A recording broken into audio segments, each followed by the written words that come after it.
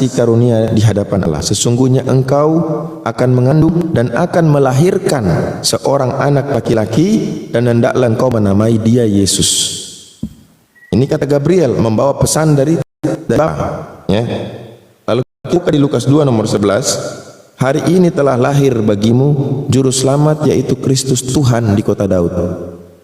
Pertanyaan saya, yang salah yang mana ini? Bukan pertanyaan, ya oke lah. Tidak ada salahnya, Bang. Oke. Jadi Gabriel menginformasikan kepada Maria, kau akan mengandung anak laki-laki. Tapi di Lukas 2 yang dilahirkan Maria itu Tuhan. Kok nggak salah? Nggak salah, Bang. Di mana nggak salahnya? Yang beritahu itu Gabriel. Nah, kayaknya kalau yang Gabriel beritahu kayaknya Tuhan deh. Lukas 1 nomor 31 kok Tuhan? Gimana? Sesungguhnya engkau akan mengandung dan akan melahirkan seorang anak laki-laki. Kecuali di sini seorang Tuhan laki-laki, yang lahir Tuhan benar. Kalau di sini seorang anak laki-laki, yang nyuruh nyampein ini siapa? Kata malaikat, jangan takut hai Maria, sebab engkau beroleh kasih karunia di hadapan Theos. Saya nggak mau pakai kata Allah. Iya, nanti kalau pakai kata Allah nanti dibilang pinjam lagi dari Al-Quran itu. Ya memang pinjam kok, orang di Indonesia Islam duluan daripada Kristen kok. Ayo. Bukan, ini fakta sejarah. Di Indonesia yang duluan ada itu Islam, Kristen belakangan. Oh, coba bilang. Waduh. Coba teman-teman di bawah. Indonesia ini yang duluan siapa yang masuk di Indonesia? Islam apa Kristen? Kristen lah. Waduh. Nauzubillah min zalik. Ini Anda ini betul-betul buta sejarah Indonesia ini, Anda ini. Islam, sejarah Islam. Orang penjajah datang dulu sebelum Belanda datang, sudah ada Portugis baru. Zaman apa itu kau sudah datang tuh dari Islam di Indonesia itu abad keberapa? Tahu abad ke sudah lama lama. Iya, abad keberapa? Islam itu kan abad 7 secara global. Turun. Islam di Indonesia abad keberapa? Di Indonesia itu abad 7, di Indonesia itu abad 11 ya, 11 sampai 10 ya. Ke 17. Betul. Kenapa? Abad 11 apa abad 10? Terus Kristen abad keberapa? 16 kalau tidak salah. Terus mana yang duluan? Orangnya saja Nah, mulai kacau ini, sudah kacau. Jangan begitu, Bang. Oke, kembali. Jadi di Lukas tadi itu, ya. Di Lukas 1:31, sesungguhnya engkau akan mengandung dan akan melahirkan seorang anak laki-laki. Ini pesan yang dibawa Gabriel kepada Maria nih. Oke, lalu tiba-tiba di Lukas 2 yang lahir Tuhan. Nah, coba kau bilang dulu, nggak salah. Nggak salah. Iya, di mana benarnya? Nah, saya ikut abang ngomong tadi bilang nggak salah. Saya bilang nggak salah. Astagfirullahaladzim. Kita memang harus sabar ya, sabar. Ini kalau mau lurus kayu yang bengkok tuh sulit, Bang. Harus sabar. Ini bukan ngelurusin kayu yang bengkok. Tidak akan bisa kayu bisa lurus. Pernah kau lihat bisa bikin kayu lurus? Kalau besi bisa. Ini orang Cina itu ada buat pohon pepaya jadi bengkok dari lurus tuh bisa. Sekarang coba. Ya. Kanda, udah bagus ya Kanda belum? Kayak nggak enak suaranya, terlalu ehonya gema, kayak baru gema di dalam pakai headset biasa. Udah bagus tuh, saya dengar di hutan sini bagus itu. Ya. Saya kembali lagi, hari ini telah lahir bagimu juru selamat, yaitu Kristus Tuhan di kota Daud. Nah, informasi yang Tuhan lahirin dia dapat dari mana? Kalau Gabriel tadi, informasi yang dia sampaikan itu karena perintah dari Bapa, suruh disampaikan kepada Maria. Yang disampaikan kepada Maria itu, engkau akan mengandung dan melahirkan seorang anak laki-laki. Nah, pertanyaan saya, yang di Lukas 2:11 ini, yang telah lahir bagimu juru selamat Tuhan, itu dapat info dari mana? Sampai dia bisa menulis ini, dari mana infonya? Dari Jibril itu tadi. Berarti Gabriel salah info. Bukan salah info. Harusnya di Lukas 1:31 itu Gabriel infonya engkau akan mengandung dan melahirkan seorang Tuhan laki-laki. Harusnya begitu kan? Tidak bisa info Gabriel itu tidak info begitu, Bang. Nah, terus yang di Lukas Manusia. iya Gabriel berarti itu harus manusia. Kalau Gabriel yang ngomong berarti itu Tuhan. enggak, berarti di Lukas 2 nomor 11 itu Gabriel juga yang menyampaikan. Ya. Kenapa dia enggak sampaikan ke Maria sejak awal kalau kau akan melahirkan Tuhan? Nah, karena anak yang lahir kan, bukan Tuhan. Ya aduh. Ini Di Maria aneh. itu Anak yang lahir. melahirkan seorang anak. Di Ya. Maria itu begitu. Setelah Ya, itu terus- dia informasikan ke Lukas itu Tuhan. Karena begitu sederhananya. Jadi Maria enggak tahu yang dia kandung ini Tuhan. Tahu. Di mana dia tahu? Masih karunia itu tadi ngomongnya. Di mana dia tahu bahwa yang dia lahirkan itu Tuhan? Kan tadi dia bilang nih, kau kasih karunia sama Jibril. Kata malaikat itu kepadanya, jangan takut, hai Maria, sebab engkau beroleh kasih karunia di hadapan Allah. Maksudnya kasih karunia ini apa? Jadi yang dia di dalam perutnya itu Tuhan. Ya. Ampun Tuhan. Hai, kalau dia tidak Tuhan, Gabriel tidak mungkin ngomong begitu. Ini kan penyampaian dari Gabriel kepada Maria, mengatakan bahwasannya engkau jangan takut, ya, engkau memperoleh kasih karunia dari hadapan Tuhan. Karena dari atas ini Maria itu bertanya, mana mungkin saya bisa hamil, saya perawan. Gampang, Gabriel bilang. Karena di situ ada tulisnya gampang. Iya, dia kata, salam hai engkau yang dikaruniai Tuhan menyertai engkau.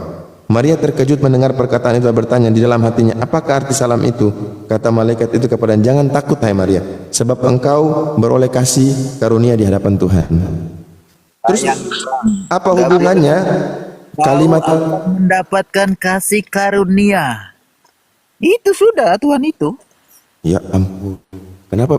Ini gini, teman-teman begini. Jadi orang-orang Kristen itu memang wajar ya. Karena apa? Di otaknya itu sudah tertanam Yesus Tuhan. Apapun yang dibaca di Bible, pokoknya Yesus Tuhan. Oh, ya, Sehingga kalimat yang begitu, ya. Gabriel yang ngomong kasih karunia ya Tuhan. Kalimat yang jelas, sejelas seterang matahari ini masih dia putar balikkan itu. Sehingga kasih karunia ini adalah yang ada dalam kandungan itu. Jadi yang dalam kandungan itu adalah Tuhan. Nggak bisa kalimat ini dibawa ke sana, sebab ada kata kuncinya. Kata kuncinya apa? Engkau akan mengandung dan akan melahirkan seorang anak laki-laki, kecuali hilang. Kecuali hilang ini. Sesungguhnya engkau akan mengandung dan melahirkan. Selesai. Itu titik. Berarti kita masih bisa katakan yang di 30-nya, berarti itu yang dikandung adalah yang kasih karunia tadi, yaitu Tuhan. Itu boleh. Tapi ini dia berikan keterangan, yang kau kandung itu apa? Yang kau lahirkan itu apa? Anak manusia, anak laki-laki. Jadi tidak bisa kita tarik ke sana. Inilah cara membaca yang benar, gitu loh. Ini bahasa Indonesia. Kami semua ini belajar bahasa Indonesia. Kecuali mungkin Kristen aja yang bisa bahasa Indonesia. Di luar Kristen nggak bisa bahasa Indonesia, lain cerita. Ini bahasa Indonesia, namanya subjek, predikat, objek, keterangan, SPOK. Subjek, predikat. Kristen itu Bang, lain bacanya, lain artinya. Iya, karena memang Kristen suka merampok, menjarah. Bukan merampok, kayak bahasa Inggris itu lain tulis, lain bacanya. Orang Kristen lain tulisnya, lain artinya, begitu. Coba, gini. Saya kasih contoh Anda. Ini berulang kali saya bicara seperti ini. Di depan pintu kamar saya membuat sebuah kata larangan dengan menggunakan jangan, titik, tidak ada kalimat selanjutnya, cuman jangan. Yang orang tahu jangan ini adalah bentuk kata larangan. Tapi larangan dari apa? Jangan sentuh pintu, jangan lihat ke pintu, atau jangan masuk ke pintu, atau jangan lewat pintu. Ini namanya ambigu, gak jelas. Sementara informasi atau larangan atau perintah itu harus jelas. Nah sekarang kalau ada orang lewat, terus yang satu bilang, jangan lewat. Loh, di situ tak tertulis jangan lewat. Nah, ini kan jelas. Sesungguhnya engkau akan mengandung dan akan melahirkan seorang anak laki-laki. Udah jelas, komplit. Jadi yang dikandung, yang dilahirkan adalah anak laki-laki. seorang anak laki-laki. Kalau seorang anak itu Tuhan atau bukan? Kalau Bang begini Bang. Kalau saya mau jawab lurus, semua orang Kristen itu pastilah anak laki-laki. Pertanyaan saya, anak laki-laki itu Tuhan atau bukan? Anak laki-laki Tuhan atau bukan? Ya. Anak laki-laki Tuhan atau bukan? Manusia. Manusia. Benar manusia. Tapi di Lukas 2 yang lahir Tuhan. Gimana? Makanya kan saya bilang tadi, orang Kristen itu bacanya lain, artinya lain. Ini bahasa Indonesia kawan, bukan bahasa Yunani. Begitu. Buat orang Kristen begitu. Iya, karena tadi saya bilang di dalam otaknya itu sudah tertanam Yesus Tuhan. Pokoknya Yesus Tuhan. Apapun yang kau baca, apapun yang kau, tetap ujungnya Yesus Tuhan. Sementara ini tertolak dengan kaidah bahasa itu sendiri. Siapa yang kaidah bahasa tolak bagaimana? Saya selalu bilang orang Kristen itu bacanya lain, artinya lain. Oke, bacanya lain, artinya lain. Jadi memang Kristen ini mencoba merampas bahasa Indonesia untuk menjadikan mereka memahami dengan versi mereka. Bukan, ini bangsa yang besar, bangsa yang berbahasa satu, bangsa yang bahasa yang menyatukan seluruh komponen kebinekaan dalam rakyat Indonesia yang majemuk ini. Kok bisa ada orang mencaplok bahasa ya bangsa ini menjadi bagian dari dia, lalu dia mengartikan seenak udel dia? Bukan kenapa kau nggak bikin saja? Kenapa Kristen nggak bikin saja bahasa sendiri? Atau paling tidak dia ambil bahasa originalnya. Kalau kita berbicara tentang terjemahan, oke lah, pandangan terjemahan terhadap original teks itu hak Kristen. Tapi ketika dia menggunakan bahasa yang sudah kita sepakati bahasa Indonesia adalah bahasa bangsa, dia nggak bisa juga seenaknya mengubah bahasa Indonesia. Masa contoh telah orang Kristen bilang itu nanti. Bayangkan, telah dibilang nanti. Supaya apa? Supaya nanti itu dimaksud Yesus. Diambil dari perjanjian lama. Telah lahir, mereka bilang akan lahir. Ampun, gara-gara supaya ini ditujukan ke Yesus. Bisa kayak gitu. Kata telah itu menunjukkan apa? Ya memang harus patokannya Yesus. Iya, memang itu berarti doktrinnya itu mematahkan akal sehat, membunuh akal sehat. Tidak ada yang doktrin itu Bang, memang begitu kepercayaan orang Kristen itu. Iya, doktrin namanya. Tidak ada doktrinnya, yang saya Aduh. tidak ada doktrin kok. Begini kawan, engkau tahu Yesus Tuhan ini dari mana? Kitab suci. Iya, coba tunjukin di kitab suci mana yang menunjukkan bahwa Yesus Tuhan, coba. Yesus Tuhan. Iya. Bang, seluruh bahasa di kitab suci itu memang tidak ada mengatakan bahwa akulah. Nah, terus Tuhan. kau bilang dari Bible, dari kitab suci mana? Mana? Coba tunjukin. Tetapi dia bilang, aku adalah awal dan akhir. Aduh, itu dia mengatakan Tuhannya, bukan dia. Wah, aku dia bilang nah. Bukan. Nah ini yang Oke. rombak saya punya ini. Baik. Bukan. Baik. Saya dengarkan. Saya bilang ke sabar. Saya bilang ke Bintang Timur ya. Sampaikan ke akal logika, aku akan datang ke rumahmu. Coba. Jangan dirubah kalimatnya. Sampaikan ke akal logika dari saya, aku akan datang ke rumahmu. Ya, sampai. Yesus ini kan utusan. Di dalam Bible dikatakan, siapa yang diutus Allah, dialah yang menyampaikan firman Allah. Kamu pernah baca ayat itu? Nah, kenapa Pernah dia baca? bilang begitu? Kenapa dia bilang begitu? Iya, mungkin saya harus tanya begitu dong. Loh, yang dia ini kan utusan Yesus ini. Coba kau lihat di Biblemu itu 300 kali, 300 lebih. Saya diutus. 300 lebih Yesus mengatakan dia diutus. 320 kalau nggak salah. 320 kali Yesus berkata utusan. Tak satu pun dalil Yesus mengatakan aku Tuhan. Nggak ada. Iya, betul itu. Tidak ada. Kalaupun kita tarik ke masa Yesus hidup, apakah murid-murid mengenal Yesus Tuhan? Tidak. Hah? Tidak. Nah, tidak. murid-murid yang hidup sama dia, orang-orang yang ada di tengah-tengah dia, bahkan ibunya nggak menganggap dia Tuhan. Lalu kenapa setelah dia tidak ada, kalian menuhankan dia? Makanya saya tadi bilang, orang Kristen itu kalau kitab suci itu lain bacanya, lain artinya. Betul, karena kalian itu pengikut Paulus. Bukan. 70% tulisan di PB itu surat-surat Paulus isinya. Pertanyaan saya kepada Paulus, coba, bisakah Sejarah Paulus yang tulis? Paulus mengirim surat-surat, ya, Memang apa salahnya Roma, kalau- Galatia, Korintus, dan lain sebagainya. Apa salahnya kalau Paulus yang tulis, Bang? Iya, justru disinilah kita lihat siapa yang kalian ikuti sebenarnya, Yesus apa Paulus? Ternyata Paulus. Paulus mengatakan menghapus hukum Torah. Menulis saja, Bang. Paulus itu menulis. Dengarkan, dia menulis surat-surat ke Korintus, ya, dan semua di Roma dan lain sebagainya. Pertanyaan saya, Paulus ini dia punya salinan nggak ketika dia menulis surat itu? Atau dia hafal semua surat-surat yang dia kirim? Tak mungkin, karena ada kontradiksi di dalam surat-suratnya. Yang pertama dengan yang kedua berbeda. Ini contoh, dia yang memaksa untuk Yesus itu mati sebagai penghapus hukum Torah. Sebab dari awal, dari semula, dia memang sudah tidak hidup menurut hukum Taurat. Bahkan sadisnya lagi, Paulus menganggap Torah ini, hukum Torah ini yang bikin manusia itu berdosa. Iya, betul.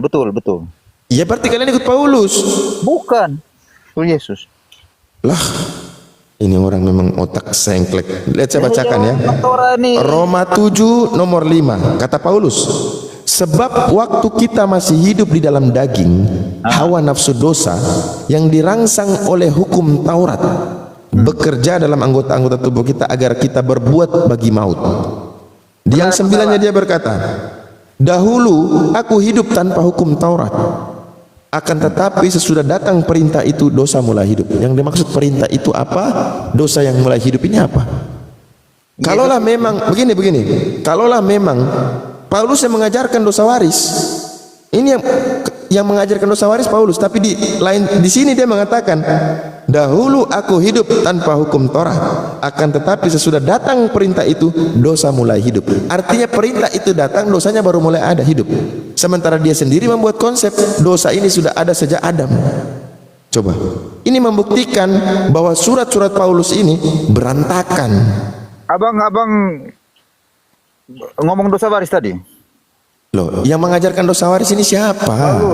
Paulus. Nah, di sini Paulus berkata lagi, akan tetapi gini, dalam dahulu aku hidup tanpa hukum Torah, akan tetapi sesudah datang perintah itu dosa mulai hidup.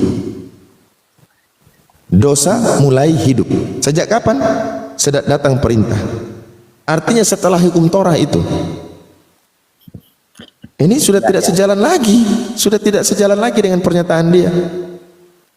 Dia mengatakan hanya ada satu Allah yang benar, yaitu Bapa, hanya ada satu Tuhan, yaitu Yesus. Tapi di sisi lain dia mengatakan Yesus itu, orang Kristen meyakini Yesus itu ya Bapa itu, di dalam dirinya itu ada Bapa itu. Ini ambigu lagi. Saya juga begitu, Bang. Ambigu lagi. Tidak ada ambigunya, Bang. Aduh, bahkan Paulus yang berkata bahwa roh dia yang membangkitkan Yesus, itulah roh yang diam di dalam kita. Iya, berarti Abang juga ada rohnya begitu. Berarti roh yang ada di Yesus sama dengan roh yang ada di kita. Iya, sama. Ya, saya Tuhan berarti kalau memang pakai patokan itu. Iya, boleh, tapi berbuat baik. Nah, inilah. Nah, itu. Memang sulit ya kawan ya kita mendengarkan penjelasan Kristen, karena mereka nggak didasari dengan basic ilmu dulu dalam beriman, tapi cukup imani saja, sehingga sulit mereka menjelaskan iman yang mereka yakini, sulit Abang sekali. percaya di dalam abang itu ada roh Allah? Percaya saya, karena karena kita bersaudara dong. karena bukan orang tua kami yang bikin roh di dalam diri kami, bukan. Itu toh, berarti kita sama, Yesus juga begitu sama toh? Iya, berarti Anda masih tetap menyembah anak manusia yang sama dengan Anda. Oh, tidak bisa. Nah, Daripada Lihat. saya menyembah yang saya tidak kelihatan, mendingan saya menyembah Yesus yang sudah pernah datang di bumi. Iya, yang dia itu manusia kan? Ya, manusia. Makhluk. Makhluk kan? Nah, ya udah, berarti Anda Yang kita menyembah sembah makhluk. itu loh, yang tidak kelihatan itu loh, siapa? Nyembah siapa coba? Justru disitulah keilmuan kami diuji. Kok kami mau menyembah yang tidak ada? Iya, yang Sementara tidak ada kami bagaimana sebentar. ceritanya, Pak? Nah itu dia. Disitulah akal dipakai. Kok mau kita menyembah yang tidak kelihatan? Ya, Oke. mau Kalau dong. eh? Mau. Oke. Sementara telah berlalu orang-orang. Kita ini kan manusia di belakang. Sebelum kita ada manusia-manusia lagi kan, yang 10.000 tahun lalu, ya, 2.000 tahun lalu ada manusia. Yang dimana telah disampaikan kepada mereka peringatan, disampaikan kepada mereka petunjuk. Sekarang begini, kita kalau melepaskan dulunya, kosong kita, kepala kita kosong. Lalu kita disuruh bertuhan yang tidak nampak. Ya, bagaimana Setelah, caranya? ya benar. Kenapa kita disuruh harus percaya dengan tidak nampak sementara tidak ada keterangan yang datang? Nah, begitu datang keterangan, dikatakan dalam keterangan itu, lihatlah bagaimana bumi diciptakan. Ya, pagi. Lihatlah bagaimana langit ditinggikan. Kita disuruh melihat nih. Ini kita kosong nih. Ada satu orang datang, dia mengajak saya untuk menyembah sesuatu yang tidak kelihatan dengan membawa keterangan. Ini keterangannya yang saya dapat. Lihatlah bagaimana bumi diciptakan, bagaimana langit ditinggikan. Itu kan Orang narasi yang kamu. ngomong, Sebentar, diam. Itu Abu. Ini ayat Al-Quran yang saya ngomong, keterangan. orang yang ngomong. Baik. Artinya saya butuh pembuktian, bukan saja sebentar omong-omong kan begitu. Saya butuh pembuktian. Tuhan kamu Abu ada apa tidak? Enggak. Aduh.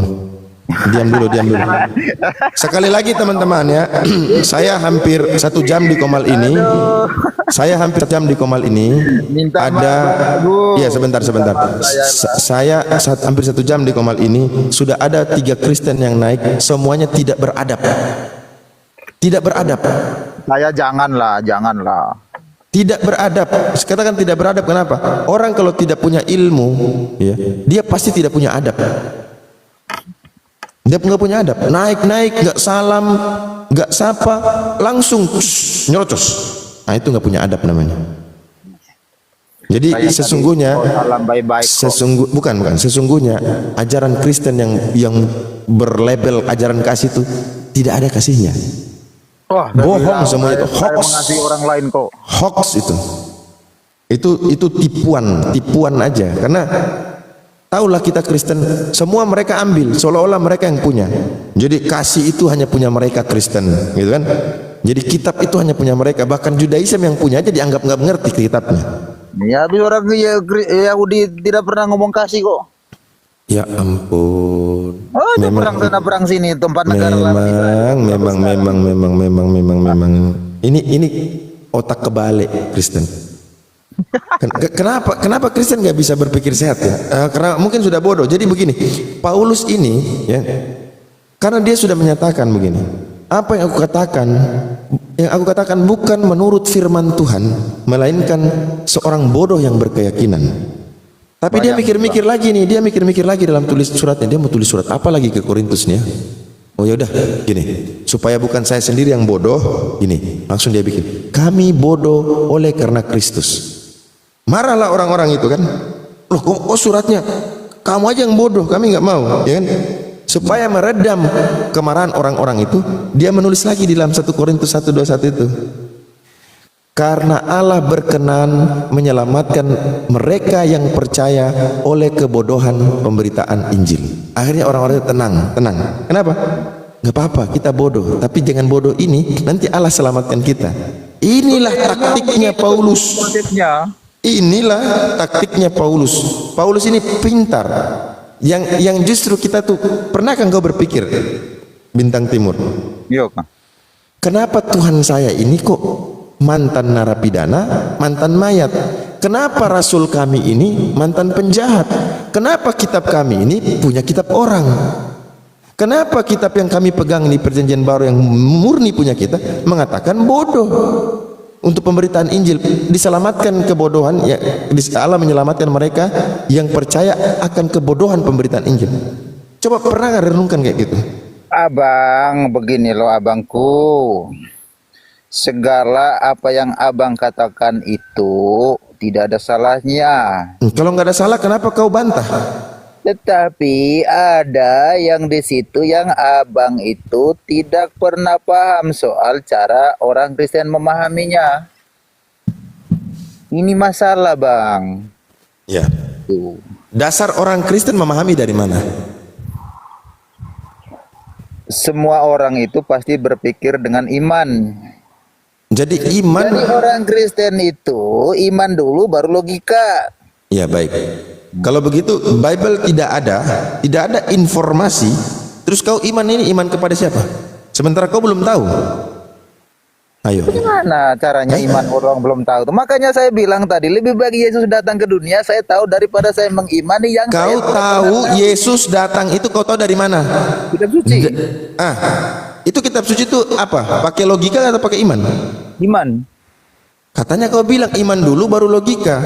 Iya kan iman dulu saya bilang tadi bukan Baik, logika dulu. Bang.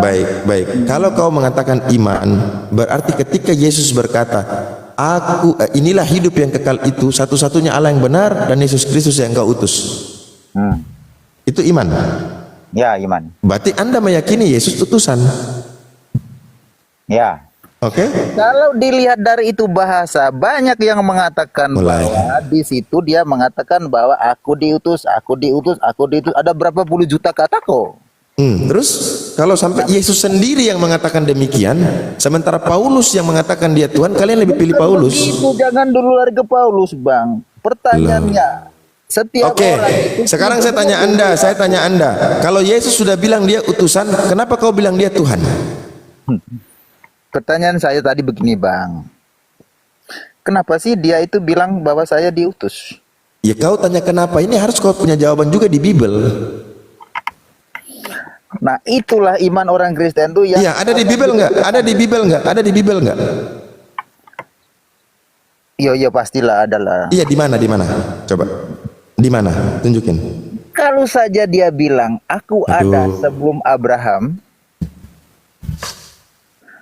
aku dan Bapa adalah satu. Bagaimana cara memahami itu, Bang? Itu ambigu. Sekarang kita dalami. Aku ada sebelum Abraham ada. Sabar. Oke. Segitu indah kok Abang dibilang ambigu. Ambigu. Masalahnya di mana? Baik.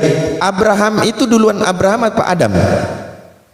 Nah, kenapa dia pakai Abraham, tidak pakai Adam? Mestinya harus Abang tanya begitu dengan saya. Iya. Kalau begitu ambigu kalimatnya karena masih terus digali. Sementara dia mengatakan aku utusan, tidak ada lagi. Abang kan berpikir bahwa hal yang seperti itu langsung Abang vonis sebagai ambigu. Sudah. Inilah yang disebutkan dalam Al-Quran ya, bahwa orang-orang yang condong kepada kesesatan, mereka akan memakai dalil-dalil yang ambigu untuk menyesatkan manusia. Ini Al-Quran jelasin itu loh. Kenapa saya bilang? Begini bang, seharusnya tadi begini bang, maaf dulu bang. Abang bertanya, loh kenapa pakai Abraham? Kenapa tidak pakai Adam? Ya itu namanya dalilmu ambigu. Untuk menuhankan Yesus masih pakai dalil ambigu. Tidak ada ambigunya di situ bang. Aduh, kau nggak ngerti ambigu itu apa, eksplisit itu apa? Coba saya tanya dulu. Sebelum jauh, coba kau terangkan ke saya, apa itu kalimat eksplisit, apa itu kalimat ambigu? Itu terlalu jauh bang, saya tidak paham. Nggak bisa, karena kau menolak saya. Kau bilang itu bukan ambigu, sementara kau nggak tahu definisi ambigu itu apa. Ya apa ambigu itu bang? Ambigu adalah suatu keterangan yang tidak jelas arahnya. Itu namanya ambigu. Makanya pertanyaan saya tadi, kenapa abang mengatakan bahwa itu tidak jelas? Tidak jelas, karena begini, aku ada sebelum abang dengarkan. Aduh, ampun. Oke, kalau kita letter lag saja. Aku ada sebelum Abraham ada. Sementara faktanya sebelum Adam, setelah Ibrahim, sebelum Abraham sudah ada manusia-manusia lain, sudah ada bumi, sudah ada langit, sudah ada Adam. Ayo. Nah itu makanya mana menunjukkan ketuhanannya kalau dia ada setelah bumi ada, setelah manusia ada? Apa menunjukkan ketuhanan? Begini, kenapa pakai Abraham? Nah, inilah yang saya bilang kalimat ini ambigu. Kau ngerti nggak sih? Makanya kalimat ini ambigu, masih butuh penjelasan dan ini perspektifnya beda-beda. Inilah kalimat ambigu. Coba sekarang saya tanya, ada orang membaca Yohanes 17:3. inilah hidup yang kekal, mengenal engkau satu-satunya Allah yang benar dan mengenal Yesus Kristus yang engkau utus. Masih ada penjelasan atau tidak? Nggak ada. Fix, final. Inilah eksplisit namanya. Ini eksplisit, kalimat eksplisit. Bahkan orang Kristen pun mengakui itu. Tidak ada lagi penjelasan lain. Tapi ketika mereka menuhankan Yesus, pakai kalimat-kalimat ambigu. Kayak tadi, aku ada sebelum Abraham ada. Ya, aku dan Bapa satu. Gini, aku dan Bapa satu. Pertanyaannya, satu apa? Satu apa? Di mana tertulis bahwa Yesus dan Bapa satu hakikat? Ilahiannya. Di mana? Di mana Yesus dan Bapa adalah satu keilahian? Di mana? Kan dia bilang di situ hanya aku dan Bapa adalah satu, nah. Apakah ayat itu dia cuma satu ayat itu saja? Di Yohanes 10:30 itu cuma satu itu saja. Begitu ya, satu itu. Katanya harus lihat konteks. Katanya harus lihat konteks. Kalau bicara kami kalau tarik dalil, Kristen bilang nggak boleh baca separuh-separuh, harus lihat konteksnya, satu perikop. Selalu begitu. Tapi ketika mereka menuhankan Yesus, mereka comot-comot ayat. Comot-comot, padahal konteksnya beda. Di dalam Bible itu ada perikop yang sangat jelas gamblang konteksnya. Yesus dalam Bible, Yesus hamba Tuhan. Kesaksian Yesus tentang dirinya. Tidak ada kalimat sampai bikin satu konteks besar itu. Kesaksian Yesus tentang dirinya, nggak ada bilang dia Tuhan. Kenapa Yesus saja yang sudah ucapkan bersaksi tentang dirinya, bahkan dia mengatakan kesaksian Yohanes tidak lebih penting daripada kesaksianku, sebab yang bersaksi tentangku adalah dia yang mengutus aku. Itu masih kalah sama Paulus. Bayangkan sampai Yesus pun kalian debati, kalian bantah Yesus gara-gara cuma mau ikut Paulus. Yesus berkata tidak satu iota pun yang hilang selama langit belum runtuh. Hukum Taurat tidak pernah terhapus. Paulus datang dengan matinya Kristus di kayu salib, seluruh ketentuan ketetapan hukum Taurat tidak berlaku. Coba bayangkan. Ya memang lebih hebat. Iya makanya ini nyata. Ketahuilah wahai Bani Israel, Tuhan Allah kita, Tuhan itu Esa. Kata Yesus, aku menyembah, kami menyembah yang kami kenal, kamu menyembah yang kamu tidak kenal. Kata Yesus, aku belum pergi kepada Bapakku dan Bapamu, Allahku dan Allahmu. Terus tiba-tiba Yesus yang jadi Tuhan. Pertanyaan saya tadi itu begini, Bang. Hukum Taurat yang Yesus maksud itu yang seperti apa dengan apa yang Paulus maksudkan? Baik. Saya tanya Anda dulu, membunuh itu boleh nggak? Boleh. Hah? Boleh. Kan katanya pakai hukum Torah. Ya, boleh. Hukum Torah dikatakan jangan membunuh. Kau bilang boleh membunuh. Ya buktinya kan dari dulu mereka membunuh. Astaga, kita bicara hukum, bukan bicara perilaku. Berarti hukum itulah yang tidak boleh menurut Paulus. Hah? Ini gimana sih cara mikirnya orang manusia ini? Iya kan, jangan membunuh. Hukum Torah itu ada tulis jangan membunuh. Jangan membunuh. Terus, kau bilang boleh membunuh. Ya orang Yahudi kan membunuh dari dulu orang-orangnya. Ampun. Nah iya, ini nyata. Berarti Sekarang saya tanya Anda. Coba kau sebutkan orang Kristen satu yang tidak membunuh. Saya. Coba. Saya.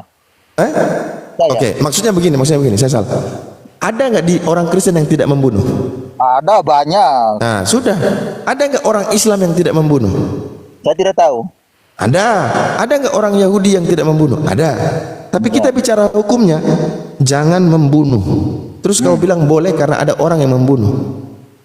Iya. Jadi hukumnya tidak berlaku lagi. Begini, ya.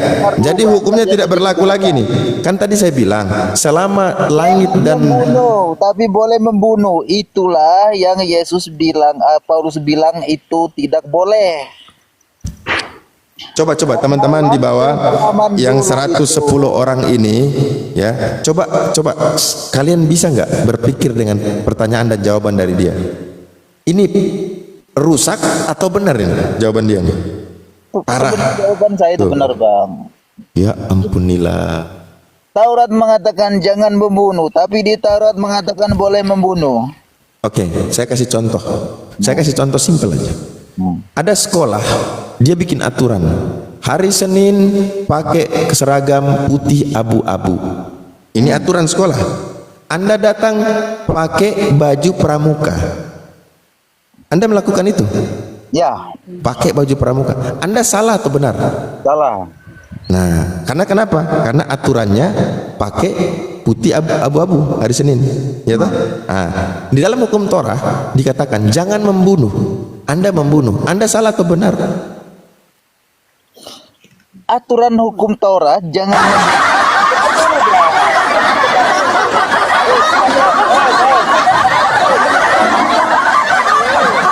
Luar biasa memang, luar biasa, luar biasa. tidak ketawa, Bos. Kenapa dari tadi tidak ketawa? Luar biasa memang ini. Memang betul-betul mereka sudah bodoh karena Yesus. Ada hal-hal yang penting yang saya mau maksud ngomong. Sudah bodoh, sudah Bang. Anda sudah bodoh karena Yesus. Anda menggenapi. Kalian menggenapi. Saya mau jelaskan itu jangan membunuh. Kenapa bisa membunuh itu Kak? Saya nggak tanya kenapa. Saya juga sama. Saya tanya, kenapa kau pakai baju pramuka sementara aturannya hari Senin pakai baju putih abu-abu? Nggak tanya itu. Udah aturannya yang dibikin, maka apapun alasanmu tidak dibenarkan. Ini aturan. Kalau aturan yang soal baju itu ya mungkin wajar-wajar saja Bang, boleh. Kalau salah ya salah, benar ya. Tetapi di Yahudi Bang boleh membunuh. Bang, lebih Ampun, parah ampun. pembunuhan daripada sekolah. Ampun. Iya, tetapi kenyataannya Saya- begitu. Oh, lebih Dengar ringan Bang ya. membunuh Bisa. daripada Ini saya mau ngomong jangan membunuh, boleh membunuh. Siapa yang mengatakan boleh membunuh? Apakah hukum Torah membolehkan membunuh? Ya? Apakah hukum Torah boleh membolehkan membunuh? Iya, boleh. Di mana dalilnya? Ayatnya mana? Sementara ada dalilnya jangan membunuh. Jangan membunuh, tapi mereka melakukan boleh membunuh. Aduh, ini orang Ya, nggak dengar dulu, nyambung Bang. dari Dengar tadi dulu. nih. Gimana? Aduh, makanya saya tuh, Abang berilah kesempatannya Tuhanku dan Allahku, ampunilah dosaku. Dengarkan saya dulu sedikit.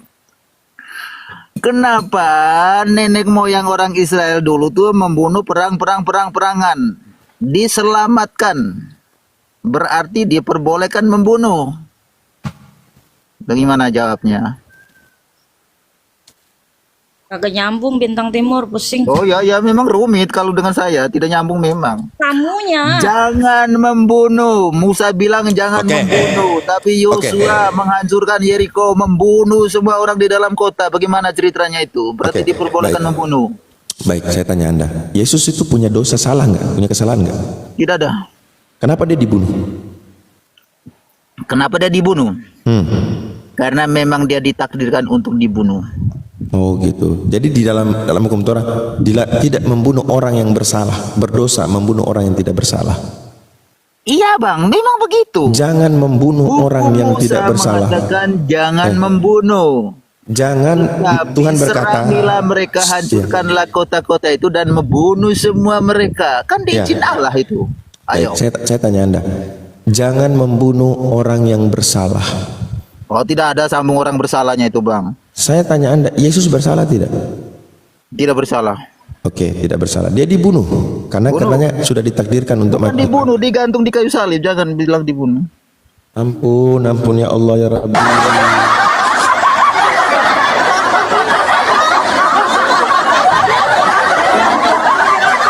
Diri, tapi dipaksa Ampun, disalib saya. kecuali dia menyerahkan dirinya.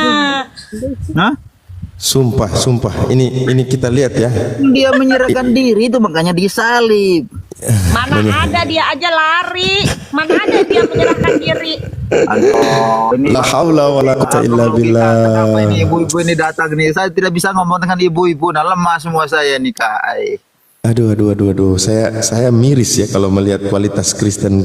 Jangan ngomong Miris kualitas saya. bang, kualitas saya bang. Jangan ngomong. Iya, Anda Kristen. Bukan begini Bang.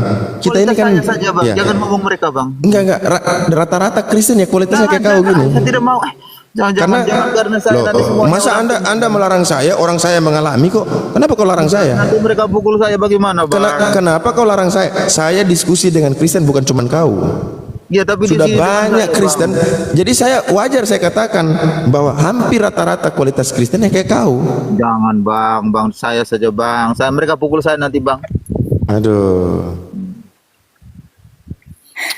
Seru ya? memang bukan seru ya. Ya ini sebenarnya begini, Anda di sini nih, saya bersyukur sekali kepada Allah Subhanahu wa taala. Alhamdulillah. Supaya kenapa?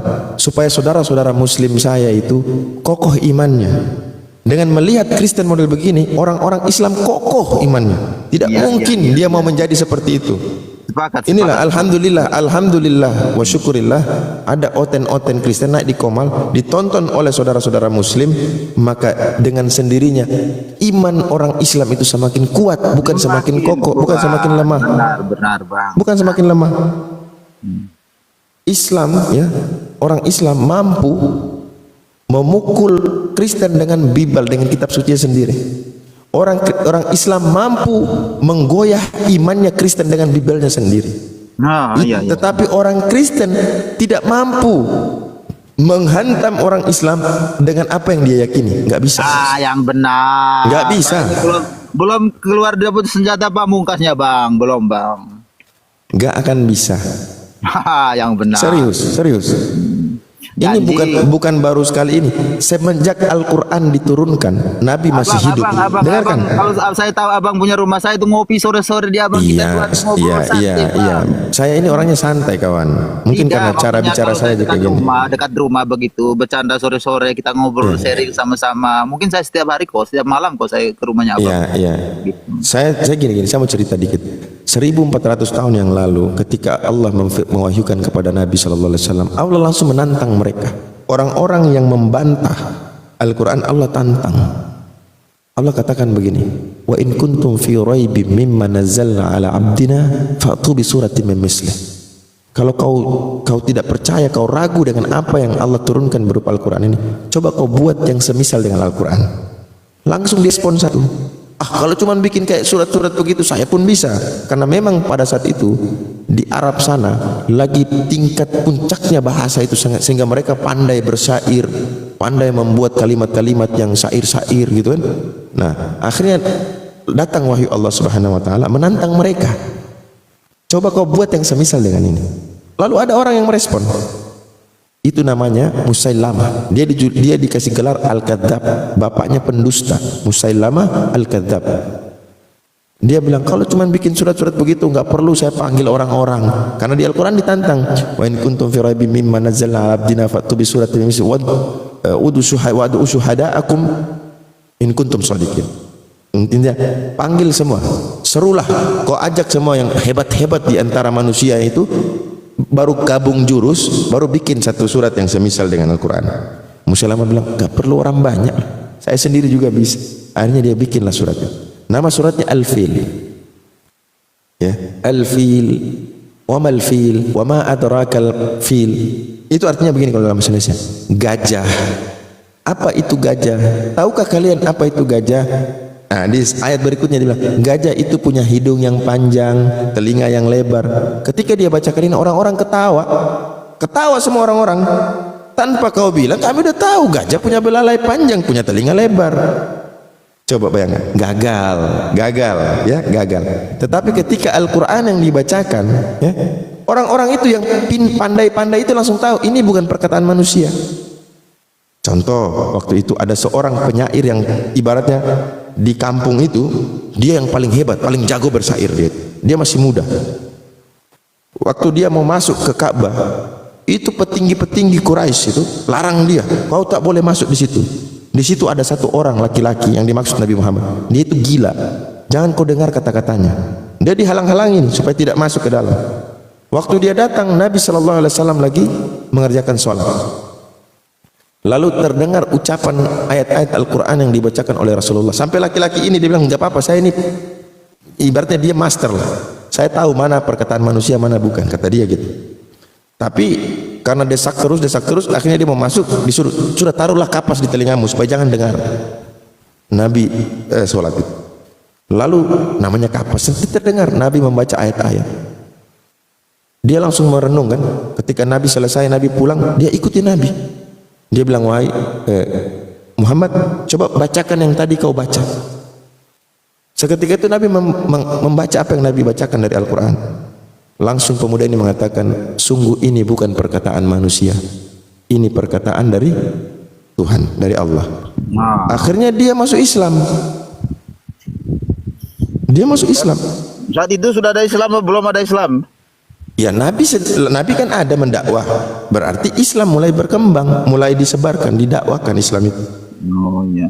Bang, saya masuk sedikit boleh kok? Saya tanya-tanya sedikit boleh kok? Tidak apa-apa dong. Dari tadi abang tanya saya, nah saya sedikit saja bang. Hanya cuma ingin tahu saja bang. Saya di ilmunya tidak ada bang. Bisa kok? Makanya belajar itu pertama kau niatkan dulu benar-benar ingin mencari kebenaran, bukan hanya sekedar omong-omong saja begini, habis kita. Iya, saya hanya tanya sedikit sebang. Sudah, silakan. Boleh kok? Iya boleh. Tentang Al-Quran tapi. Ya boleh. Nabi Muhammad waktu menerima perintah sholat, dia dari Mekah ke Yerusalem, dari Yerusalem ke langit ketujuh. Ceritanya begitu toh bang toh. Isra Mi'raj. Pertanyaan saya, berapa tahun dia sudah jadi nabi, dia pergi ke surga itu? Pergi ke surga? Ya kan dia surga langit ketujuh, nah terima perintah sholat, nah ke surga tuh. Bukan surga, langit udah disebutin langit, kok bilangnya surga. Bilang dari surga itu lebih keren. Jangan, beda lah, beda. Langit ya. Sejak dia sudah jadi nabi berapa tahun baru dia lari ke atas? Bentar. Nabi umurnya 53 tahun. Bukan saya tanya umurnya bang. Dia sudah jadi nabi itu loh, baru pergi menerima perintah sholat ke langit di atas langit itu. Dia sudah jadi nabi berapa tahun? Ya, waktu Nabi naik itu, ke Isra itu beliau umur 53 tahun. Waktu Nabi mulai diberikan wahyu untuk disampaikan kepada umat itu 40 tahun kalau nggak salah. Berarti sekitar 13 tahun. Dia ke langit itu umur 50. 13 tahun kenabian. Baru pergi ke langit. Berarti selama 13 tahun sebelum dia pergi itu dia tidak pernah sholat. Sholat lah. Wah, bagaimana sholat perintahnya belum dapat kok? Sholat ini bukan baru ada di Islam. Nabi-nabi seluruhnya sholat, tetapi belum ditentukan berapa jumlah rakaat. Nabi-nabi yang lain ada yang sholatnya sampai 50 kali sehari, ada yang 20 kali, ada yang 100 kali. Sementara Nabi SAW untuk umat muslim ini belum ada perintah seperti itu. Bang, kalau sholat 100 kali itu kira-kira kapan makannya bang? Loh ini kan nabi-nabi yang terdahulu, bukan di zaman Nabi Muhammad, nabi-nabi yang terdahulu. Kalau itu sholat 100 kali sama sholat sepanjang masa itu bang. Aduh, ini susah ini mengatur seorang ini gimana nih? Maksud saya itu begini saja bang. Sebelum dia menerima perintah sholat selama 13 tahun, dia tuh tidak pernah melakukan aturan sholat, oke? Sholat, tadi saya bacakan. Bagaimana bang perintahnya saya belum nah? Nabi-nabi terdahulu itu sholat, yang diatur itu adalah berapa jumlah rakaat, berapa jumlah waktu sholat. Iya, maksud saya tadi itu waktu itu tuh dia belum pernah melakukan pakai waktu itu, maksud saya itu karena dia belum pernah terima. Anda bilang Nabi tidak sholat? Iya dong. Sholat, sholat cuma belum ditentukan waktunya berapa, rakaatnya berapa, waktunya apakah 5 waktu, apakah 100 waktu, apakah 50 waktu, tapi sholatnya sudah. Artinya begini bang, dengar dulu bang, saya ini tahu sedikit saja bang. Sebenarnya sholat ini apa sih? Sembahyang pagi, siang, malam, apa sore? Hanya begitu kok? Itu Anda bicara waktu. Kamu tanya sebenarnya sholat ini apa? Pagi, ini apa? Pertanyaannya sih salah. Jadi begini, sholat adalah gerakan yang dimulai dari takbiratul ikhram, dari pertama sampai salam. Nah, pekerjaan yang dimulai dari mengangkat tangan, sedekap, ruku, sujud, itu sholat. Nah, waktunya ada di pagi, ada di siang, ada di sore, ada di malam, itu waktunya. Tapi yang kau tanyakan sholat. Sholat itu adalah gerakan tubuh ya, yang dimulai dari takbiratul ikhram sampai diakhiri dengan salam. Itu sholat dalam istilah. Tapi kalau sholat dari sisi bahasa adalah doa. Oh, Solat dari sisi bahasa adalah doa. Sementara solat yang kau bilang waktunya itu adalah solat yang dipakai istilah, berarti ada gerakan. Sebab apa? Sebab kalau solat dimaknai doa, dia nggak butuh waktu.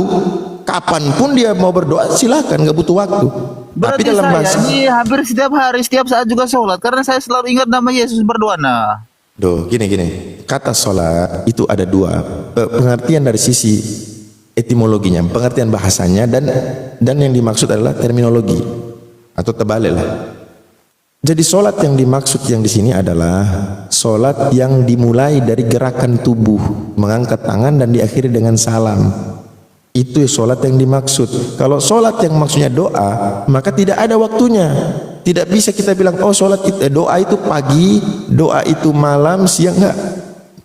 Kalau solat yang dimaksud gerakan tubuh adalah solat yang di dalamnya juga terdapat doa. Itu maksudnya. berarti Nabi besar Muhammad ke atas itu hanya mau untuk menanyakan berapa aku melakukannya sholat itu, gerakan sholat Iya, itu betul. dalam satu hari berapa kali, begitu? Betul. Oh, dia hanya mau terima itu 3 kali itu saja ya. Iya, karena nabi-nabi terdahulu sholat. Nabi-nabi juga, jangankan itu, coba di dalam Bible aja, Yesus sujud. Betul tidak? Ya, tapi dia tidak sujud, tidak sholat, Bang. Itulah syariat yang ada pada nabi itu. Begitu juga berbeda dengan Ibrahim, Musa, Daud, Yunus, Yusuf. Semuanya mereka para nabi itu sholat. Tapi waktunya berbeda-beda. Sujudnya Ibrahim tidak ada sujudnya, itu belum saya lihat baca Ibrahim sujud, Bang. Baik, saya tunjukkan di Bible ya. Masa kepake Bible terus? Itu yang Loh. Al-Quran loh, Bang. Loh, terus kau mau bukti dari mana? Dari Islam kau nggak akan percaya. Mau saya percaya, Bang. Baca saja, Bang. Saya percaya. Loh, saya udah katakan Nabi Ibrahim sholat, sujud dia, ruku dia. Bahkan iya. di Bible pun semua. Musa sujud, Abraham sujud, Yesus sujud. Iya, iya, Bang. Ayo. Benar, Bang. Jadi apa yang mau kalian ini kan sebenarnya keluar daripada ajaran Yesus. Makanya tadi saya bilang di awal, Paulus lah yang kalian ikutin, menyembah dalam roh dan kebenaran. Maksudnya gimana menyembah dalam roh dan kebenaran? Berbuat baik. Jadi kalau berbuat baik itu menyembah, artinya orang ateis pun berarti dia punya Tuhan, karena dia juga berbuat baik. Inilah saya bilang cara nalarnya Kristen ini sangat rendah, Bang.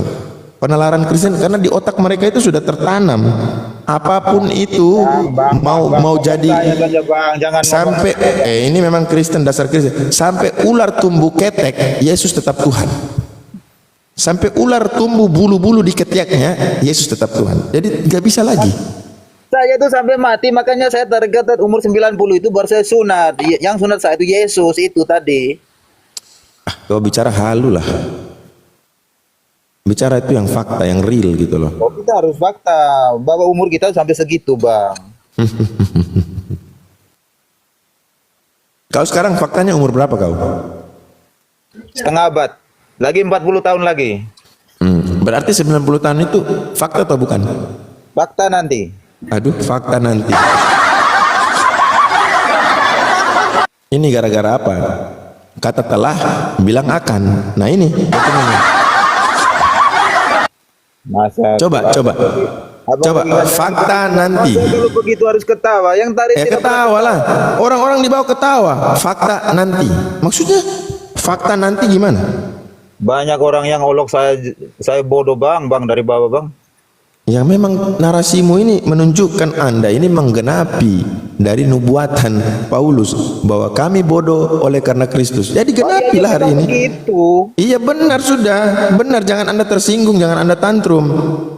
Kalau saya Emang sih, faktanya Bang, begitu. saya tidak pernah tersinggung, Bang. Hanya karena jangan sebut orang lain, Bang. Saya takut mereka pukul saya, Bang.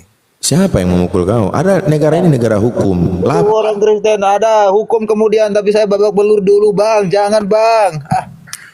Kok saya di mute? Siapa yang mute, Bang? Ya, jadi begitulah teman-teman saudara-saudara muslim ya. Dengan adanya ini alhamdulillah wa syukurlah, kita bersyukur dengan syukur yang banyak bahwa Allah hadirkan mereka ini sebagai bentuk ujian bagi kita. Faman syaa falyu'min, faman syaa falyakfur. Artinya silahkan memilih. sudah melihat dengan mata kepala Kristen mayoritas rata-rata seperti ini, terus Anda sebagai seorang yang muslim yang awam, Anda memilih Kristen, maka Anda lebih parah dari Kristen itu. Ingat saudara-saudara, Anda lebih jahil, Anda lebih BODOH, lebih botol daripada orang Kristen. Jadi jangan pernah Anda terbersih dalam. Kita selalu memohon kepada Allah, ya muqallibal qulub, sabbit qalbi ala dinik. Wahai yang maha membolak-balikan hati, teguhkanlah hatiku di atas agama ini. Iya, ya, seperti Bapak Buaya Sakur bilang, jangan takut murtad dong. Ah, begitu. Jangan takut murtad, ya itu dia. Makanya kita tuh selalu memohon kan ya, bahwasanya kita meminta kepada Allah untuk senantiasa berada di atas jalan yang lurus. Ihdinas siratal mustaqim, siratal ladzina an'amta alaihim ghairil maghdubi alaihim waladdallin. Itu kita selalu berdoa kepada Allah, semoga Allah tetapkan ya, bimbing di atas jalan yang lurus ini. Begitu Bintang Timur ya. Jangan marah dengan saya, jangan benci saya lah. Saya tidak pernah gini saya ini sudah lama di TikTok, saya sudah lama di dunia diskusi ya. Jadi biarkan tidak ada satu kebencian seperti Paulus, Bang. Tidak apa-apa. Begini, Bang. saya di sini ini begini, saya menganggap Anda adalah saudara saya sebangsa dan kita sama-sama manusia yang mesti tolong menolong. Nah, ini saya sedang berusaha menolong Anda untuk keluar daripada kesalahan yang justru fatal bagi kehidupan kau kelak nanti. Bukan kami mau apa? Karena di dalam Al-Quran dikatakan janganlah sampai kebencian kamu terhadap satu golongan menjadikan kamu itu tidak berlaku adil. Betul, Bang. Tuhan Yesus juga bilang begini, Bang. Soalnya begini, kenapa saya itu selalu santai orangnya, ngomongnya tidak hujat segala macam. Yesus itu ngomong itu dulu tuh santai orangnya, Bang. Dia dengan orang-orang Farisi itu dengan santai, tidak ada hujat, tidak ada apa membuat orang itu rasa malu, tersinggung. Dia tidak, santai. Seperti itulah saya sebenarnya. Ya. Jadi kita nggak bisa ukur itu dari intonasi.